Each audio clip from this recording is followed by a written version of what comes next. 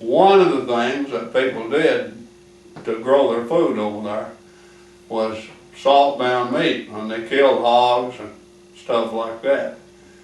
Bear, deer, or anything else, but mostly it was hogs. They raised pigs and turned the pigs loose, and they put a mark on them, brand them, notch them in the air, notch their nose or something like that, and turn them loose in the woods, and they lived on acres and whatever they could find.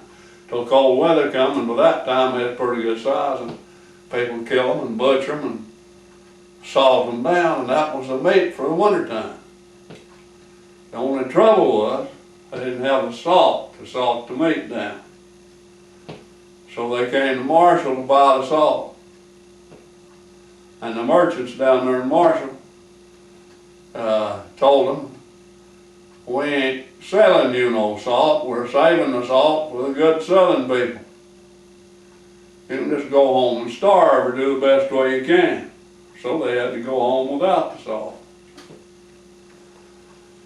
But they came back at night after the salt anyway, and they broke open every store in Marshall. The stores down there were probably, they had more stores than they did when I was a kid. They don't have any now to amount to anything, but there were several then. When I was your age, it was said to be that the town of Marshall did more business than any other town its size in the United States. Really? I didn't know that.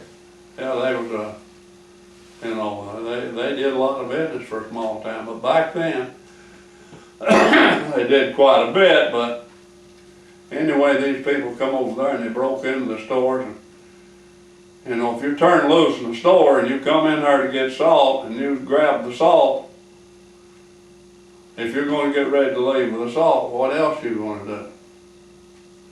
You're going to say something you'd like to have that too. So they took that.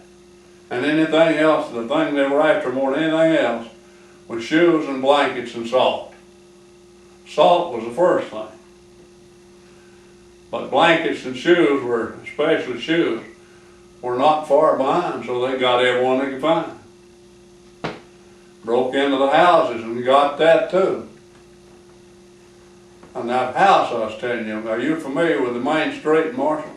Mm-hmm. Yeah, If you were at the courthouse and you come up the street, the first building on the left was a bank. It's still a bank. It's a Credit union there. North Carolina State Employees Credit Union now. But anyway, that's on the left. And then there's a little old parking lot in there, and the next building is a white house. oh, Colonel Allen's house. Huh? Colonel Allen's house? Yeah. Yeah. I've been Now Colonel Allen, he wasn't there in Marshall, but his family was there in that house, and he had some kids. There'd been a little epidemic of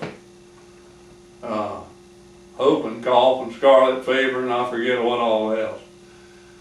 But he had two kids in the bed with whatever this was, and they took the blankets off of the bed then, with the result that they died.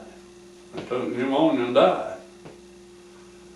So not only had they broke into the buildings, broken into the stores and broken into the houses and took the salt, if they just took the salt, there'd have been some sympathy for them, because it could have been a question of life and death. It was a question of they had to have the salt. But they done all this other stuff. So any public support that they might have had was lost because of this other stuff they done, particularly Allen's children that died.